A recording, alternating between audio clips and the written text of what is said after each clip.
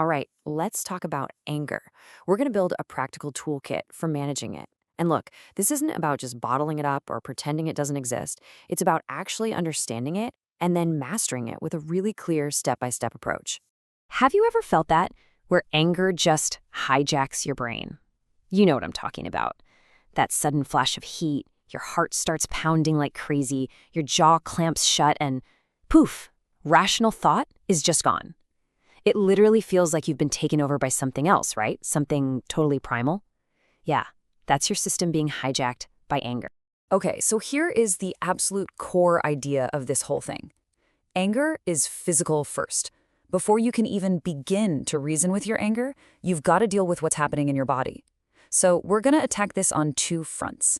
First up, we calm the body. Then, and only then, can we start to work on reframing the mind. All right, let's dive into that first front, calming the body. Think of this as your immediate, in-the-moment response plan for when you feel that wave of anger starting to build. The very first thing you do is literally just pause your body. It starts with your breath. I want you to try this. Inhale for a count of 4, and then a really long, slow exhale for 8. Seriously, that longer exhale is the magic trick here. It's what activates your body's natural relaxation response. And while you're doing that, consciously unclench your jaw. You'd be surprised how tight it gets, and let your shoulders drop down from your ears. Trust me, this is the fastest way to just dial down that intensity. Okay, but what about all that energy?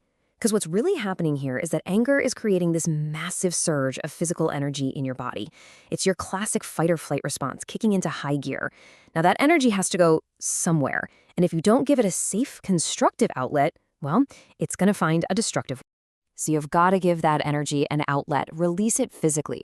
Go for a really brisk walk, drop and do a few push-ups, do some deep stretches. Heck, you can even just vigorously shake out your hands and arms. The main point is to just move your body. It is always, always better to take it out on the gym floor than in the middle of an argument, right? Okay, so once your body starts to calm down, something amazing happens. Your thinking brain finally comes back online. And now we can move on to tackle that second front, reframing the mind. Now, this next part is a really crucial insight. Think about it. Anger is loud, it's powerful, and that makes it a super effective mask for other feelings, the more vulnerable ones. It often feels way safer to be angry than to admit, hey, I'm actually really hurt, or wow, I'm embarrassed. So your next tool is to get curious and ask yourself, what's really going on here? Am I just angry, or am I actually feeling hurt by what that person said? Am I feeling embarrassed because I made a mistake? Or, hey, maybe I'm just completely exhausted and have zero patience left. Could it be that I feel disrespected? Just naming that real underlying emotion does something incredible. It weakens the anger's grip almost instantly. I love this next one. This isn't just a piece of advice. I want you to think of it as a powerful personal rule to live by. Make it your mantra. I don't respond while angry. Just deciding that ahead of time, that you simply will not act or speak from that place of intense anger, it gives you the single most valuable resource you have in that moment, and that's time.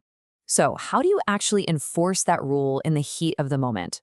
It's simple. You create space. You literally just walk away from the situation, or count to 20, nice and slow. Go get a glass of water. Any of these super simple acts buys you those crucial seconds or minutes you need to just let that initial emotional wave crash and pass. That way, you don't say or do something you're definitely going to regret later. All right, on to our final cognitive tool. I want you to think of your anger like a fire. The thing that happened, the initial event, that's just the spark. But what keeps that fire burning hot, what turns it into a blaze? It's your thoughts. It's the story you start telling yourself about what just happened. So, the solution is pretty straightforward. You have to stop adding fuel to the fire. You have to catch those angry thoughts, especially the ones where you assume the worst, right? That classic one, oh, they're doing this on purpose, just to get to me. You can consciously choose to replace that story with a much more neutral one. Like, you know what? I actually have no idea what their intent is. And here's the bottom line. When you refuse to keep feeding that fire with these stories of blame and bad intentions, you're basically starving it of oxygen.